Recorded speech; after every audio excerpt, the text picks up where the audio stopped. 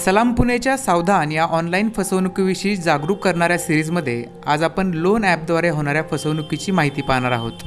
ही माहिती देत आहेत सायबर क्राईम विभागातील पोलीस उपनिरीक्षक अनिल डफळ। आजच्या धावपळीच्या जीवनामध्ये सर्वात मोठा सायबरचा फ्रॉडचा ट्रेंड आला आहे तो लोन फ्रॉड आहे। त्या लोन फ्रॉडच्या अनुषंगाने जे काही घटना घडते त्यामध्ये आपल्याला लोन फ्रॉड कसा घडतो, लोन फ्रॉडमध्ये आपल्याला काय होतं की आपल्याला जेव्हा सोशल मीडिया आणि आपण स्मार्टफोन वापरत असतो, हा फोन वापरत असताना आपल्याला गूगल सर्च करताना किंवा काही गेम खेळताना किंवा यूट्यूबवर व्हिडिओ पाहताना टेक्स्ट मेसेज किंवा व्हॉट्सअपद्वारे आपल्याला कंपनीकडून ह्या ज्या फ्रॉड कंपन्या आहेत लोन देणार त्यांच्याकडून आपल्याला कॉन्टॅक्ट केला जातो। लोन घेण्यासाठी आपल्याला आमिष दाखवलं जातं। कमी कागदपत्रामध्ये कमी वेळेत आणि इन्स्टंट लोन मिळेल अशा प्रकारचे आपल्याला मेसेज येतात। मेसेजला आपण बळी पडून हे लोन ॲप डाउनलोड करतो। हे लोन ॲप प्ले स्टोअरमधून डाउनलोड होतं। हे लोन ॲप डाउनलोड करत असताना आपल्या मोबाईलमधील कॉन्टॅक्टचा ॲक्सेस ते घेतात। जर कॉन्टॅक्टचा ॲक्सेस दिला नाही तर ते लोन ॲप डाउनलोडच होत नाही। लोन ॲप डाउनलोड झाल्यानंतर तुम्हाला लोनची जी त्यांची प्रोसेस आहे ती फॉलो करावं लागते। त्यामध्ये आपल्या बँकेचे डिटेल्स देणं, आपले नाव, पूर्ण पत्ता, पॅन कार्ड, आधार कार्ड ही माहिती देतो। त्याचबरोबर आपण त्या प्रोसेसमध्ये आपला सेल्फी फोटो देतो। तो सेल्फी फोटो दिल्यानंतर ते लोन आपल्याला मंजूर करतात।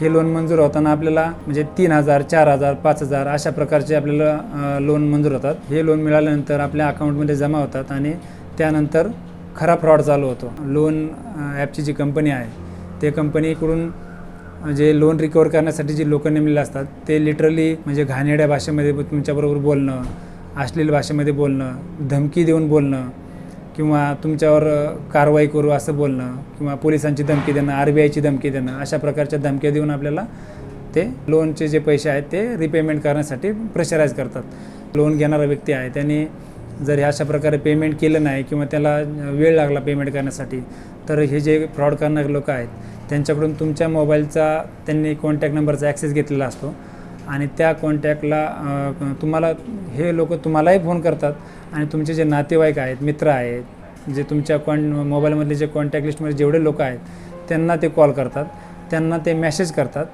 व्हॉट्सअप मेसेज करतात आणि त्यामधून ते तुमची बदनामी करण्याचा प्रयत्न करतात। अशा प्रकारे बदनामी केल्यामुळं आणि आपले फोटो आणि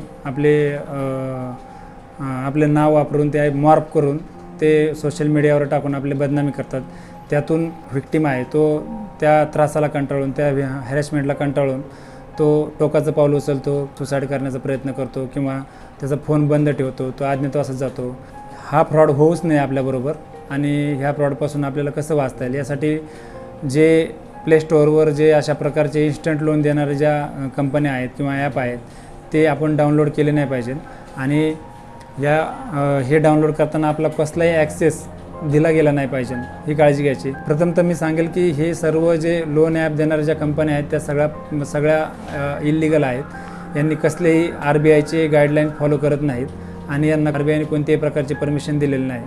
आपण आपल्याबरोबर फ्रॉड होऊ नये त्यासाठी आपण हे अशा प्रकारच्या सायबर पोलीस स्टेशन पुणे शहराला ह्या प्रकारच्या ज्या तक्रारी आहेत त्या मोठ्या प्रमाणावर आता येत आहेत। फ्रॉड थांबवण्यासाठी महाराष्ट्र सरकारने आणि RBIने काही लोनच्या कंपन्या आहेत त्यांचे ॲप्लिकेशन बॅन केलेले आहेत। तर यापुढे संबंधित जे आपल्या समाजामध्ये जे विद्यार्थी, नागरिक आहेत यांनी अशा प्रकारच्या लोनला बळी पडू नये आणि अशा प्रकारचे सायबर फ्रॉड कोणाबरोबर घडू नये अशी अपेक्षा व्यक्त करतो।